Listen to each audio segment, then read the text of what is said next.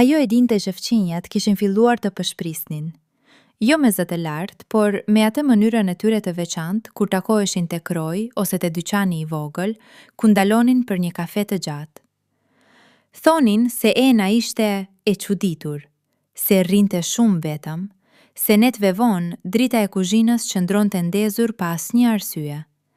Dhe Ena i dinte këto gjëra, por as që i vinte keq, sepse Ena dinte diçka që fqinjët nuk e dinin, se ka një lloj bisede që nuk bëhet me fjalë, por me duar, dhe se ka një lloj ngrohtësie që nuk vjen nga trupi tjetër, por nga era që lëshon një perime kur takon vajin e nxehur.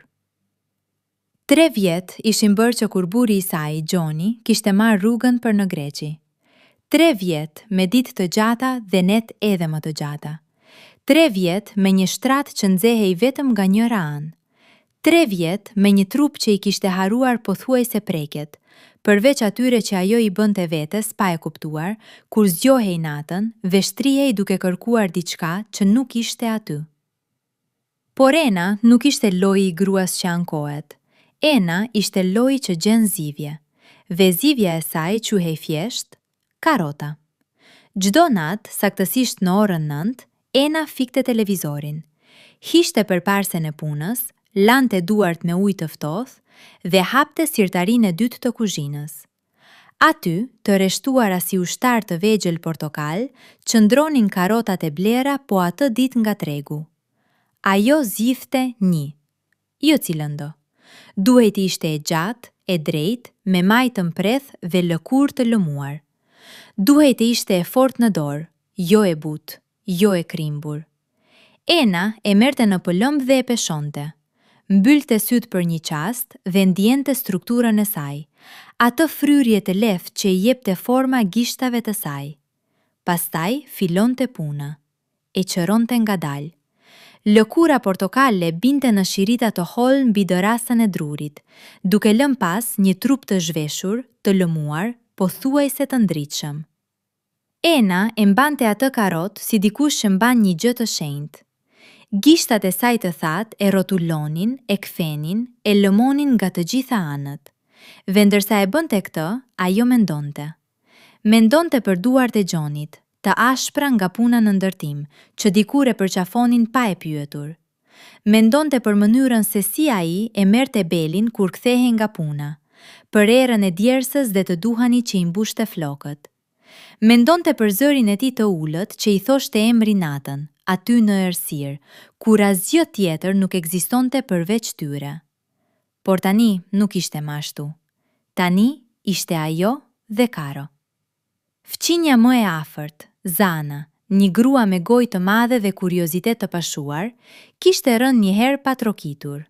E gjeti Enën në mes të këtij rituali, me karrotën në dorë, me thikën në tjetrën, me një shprehje fytyre që Zana nuk dinte ta përshkruante.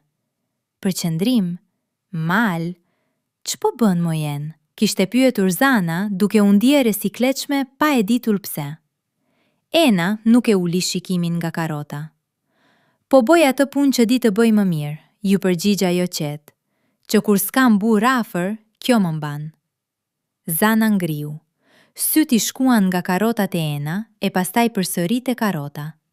Një karrotë e gjatë, e fortë, me majtë mpreth në dorën e një gruaje që nuk kishte prekur një burr prej 3 vitesh. Mendja e Zanës filloi të punonte shpejt, duke bërë lidhje që Ena nuk e kishte thënë kurrë. Ah, tha Zana duke u skuqur lehtë. Ajo punë. Po, ajo punë, tha Ena me një zë të qetë, pothuajse ëndërrimtar.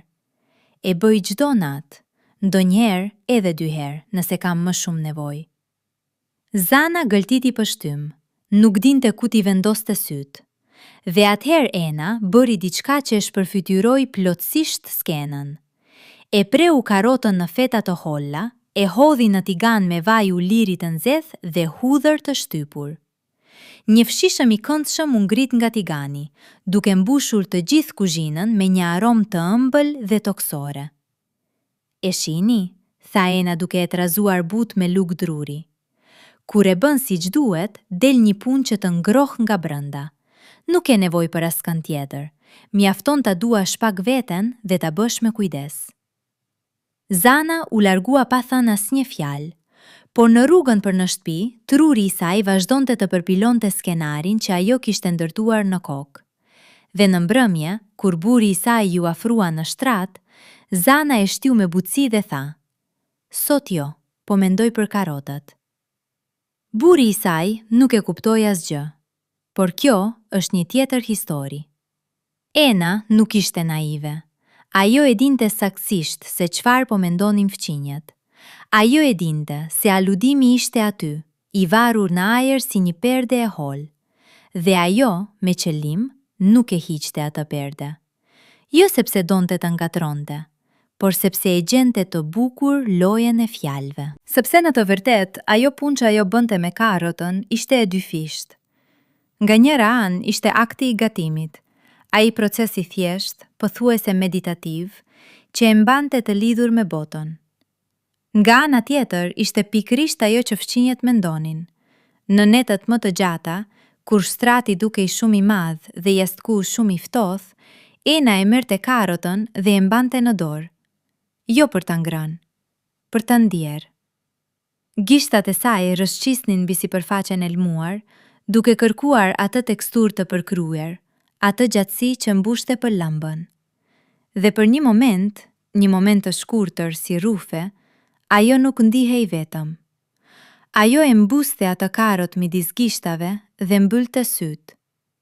Mendonte për atë që nuk mund ta kishte, për atë që ndoste vetëm kur buri ishte afër, për ato net kur trupi i saj zgjohej dhe kërkonte, si një lule që kthen kokën nga dielli. Por dielli ishte në Graçi, dhe ajo ishte këtu, me një karrot në dorë. Një mbrëmje, teksa e qëronte karrotën e saj të përdiqme, Ena mori guximin të pranonte diçka.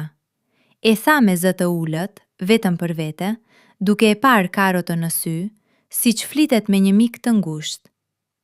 Ti je thjesht një perime, e di. Por ti më jep më shumë se që japin disa bura.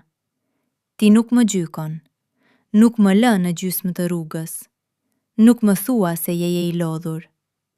Ti je aty kur të dua, dhe kur mbaroj punën me ty, ndihem e plot. Jo vetëm nga ana e barkut. Nga ana tjetër, ajo që nuk guxoj ta them me zë të lartë. Ajo nuk kishte burr pranë, por kishte karrot. Dhe kjo, për atë natë, mjaftonte. Gjoni u kthye papritur, një ditë të mërkur, pa e lajmëruar. E gjeti Enën në kuzhinë me karrotën në dorë, në mes të ritualit të saj të shenjtë. Ajo u drodh duke e fshehur karrotën pas shpine, sikur po bënte diçka të turpshme. Por Gjoni pa karrotën në dorën e saj, pa shprehjen në fytyrën e saj, pa atë përzierje të çuditshme, turpi dhe krenarie. "Ç'ke në dorë?" pyeti ai duke qeshur. Ena hezitoi. Pastaj, me një buzëqeshje tinxare, e nxori karrotën nga pas shpine dhe ja tregoi. "Po bëj atë punë që di të bëj," tha ajo. "Ata që s'të kanë afër, mësojnë të bëjnë vetë." Gjoni nuk e kuptoi menjëherë, por kur pa karrotën e qëruar, të fortë dhe të lmuar, dhe pastaj pa syrin e Enës që vezullonte me një dritë të fshehtë, diçka i ndodhi në mendje. Qeshi më fort. "Ti po më tregon se më ke zvendësuar me një karrot?" pyeti ai. "Jo të zvendësova. Thjesht, mësova të mos pres. Por tani që erdhe, karrota mund të pushoj për pak ditë." Dhe atë natë, karrota mbeti e paprekur në sirtar. Por Ena e dinte se të nesërmen, kur Gjoni të nisej përsëri në punë, karrota do të ishte aty, duke e pritur.